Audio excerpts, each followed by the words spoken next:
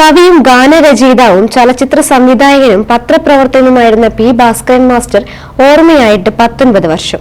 കലയുടെയും സാഹിത്യത്തിന്റെയും മേഖലകളിൽ നിറഞ്ഞുനിന്ന അദ്ദേഹം കൈവരിച്ച മേഖലകളിലെല്ലാം പ്രതിഭയുടെ കയ്യൊപ്പ് ചാർത്തി. ലളിതമായ പദങ്ങൾ കൊണ്ട് മനോഹരമായ കവിതകളും പാട്ടുകളും ഒരുക്കി. ഭാഷ കൊണ്ട് മറ്റൊരു ലോകം തീർത്തു. അനുരാഗ കരിക്കിൻ വെള്ളം എന്നതുപോലെ പി ഭാസ്കരൻ മലയാളികൾക്ക് സമ്മാനിച്ച ലളിത സുന്ദര പദങ്ങൾ നിരവധിയാണ്.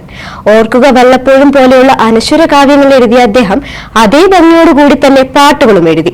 കേരളീയ ജീവിതത്തിന്റെയും സംസ്കാരത്തിന്റെയും ഭാഗമായി മാറിയ ആ ഗാനങ്ങൾ ഓരോന്നും മലയാളത്തിലെ മികച്ച ചില ചിത്രങ്ങൾ സംവിധാനം ചെയ്തു. എഴുത്തുകാരനായും പത്രപ്രവർത്തകനുമായിരുന്ന പി ഭാസ്കരൻ എല്ലാ അർത്ഥത്തിലും യഥാർത്ഥ വിപ്ലവകാരിയായിരുന്നു.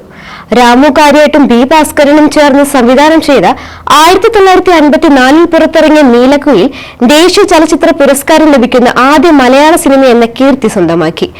അദ്ദേഹം അഭിനേതാവായി രംഗത്തെത്തിയതും അതേ ചിത്രത്തിൽ തന്നെയായിരുന്നു. പി ഭാസ്കരൻ എഴുതി എണ്ണിയാലൊടുങ്ങാത്ത പാട്ടുകളുടെ മധുരം ഇപ്പോഴും മലയാളികളുടെ ചുണ്ടിൽ നിന്ന് മാഞ്ഞു പോയിട്ടില്ല.